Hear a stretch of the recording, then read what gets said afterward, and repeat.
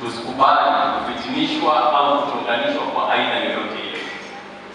Rais wetu wa Jamhuri ya Muungano wa Tanzania, Mheshimiwa Dr. Samia Suluhu Hassan amefanya kazi kubwa ya kulinda amani tuliyonayo leo.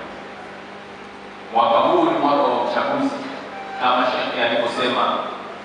Niwaombe kwanza wananchi wetu wa Simiyu wa dini zote, twendeni muda utakapofika tukajiandikishe kikamilifu, ili tuweze kupata haki yetu ya kikatiba ya kwenda kuchagua viongozi wale tunaowahitaji kuwachagua. Kuna watu wanazungumza wanasema bila aibu kwamba no reform no election. Inawezekana Sheikh ameshindwa kulifafanua vizuri. Sasa mimi ni serikali, lazima niseme vizuri, kwa sababu ikitokea amani imevunjika, mtu wa kwanza kuulizwa katika mkoa ni mkuu wa mkoa. Tunapoongelea no reform no election, wenzetu ni kwamba wamejisahau na wanapotoka kwa makusudi au wanataka kupotosha wananchi kwa makusudi. Taifa letu lina katiba na tunaongozwa kwa misingi ya katiba. Uchaguzi wa nchi hii uko kwa mujibu wa katiba, sio tamko la mtu, kwamba katiba imesema kila baada ya miaka 5 tutachagua viongozi. Akitokea mtu akasema hakuna uchaguzi, maana yake atakiuka na ifanya katiba isifanye kazi yake. Sasa hatuwezi tukakubali kutofautiana na katiba yetu na kuonesha nchi hii inafuata demokrasia na inafuata katiba ya nchi. Alipofariki hayati Dr. John Joseph Pombe Magufuli, katiba ilielekeza kwamba makamu wa rais lazima awe rais na viongozi walifuata katiba. Sasa leo anapotokea mtu anasema hapana, maana yake huyu anataka kuleta shida ndani ya nchi.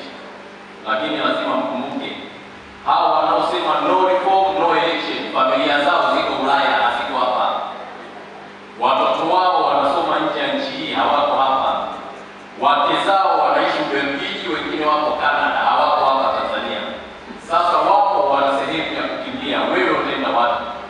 Umezaliwa miaka mingi, umefanya kazi miaka mingi, ukitembea sana ni badiani mtindo. Anakuja mtu anakwambia no reform no election, na wanapita mikoani wanahamasisha kataeni uchaguzi.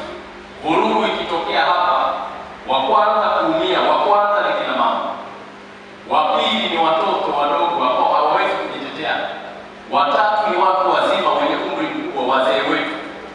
Wao watapanda ndege, wataenda nje ya nchi. Mambo yakitulia watarudi. Niwaombe tulinde amani ya nchi hii, tusikubali kuingia kwenye ajenda za watu ambao hatujui wametumwa na nani. Na ukiona mtu analazimisha kuingia Ikulu kwa mabavu, kwani Ikulu kuna biashara gani kule?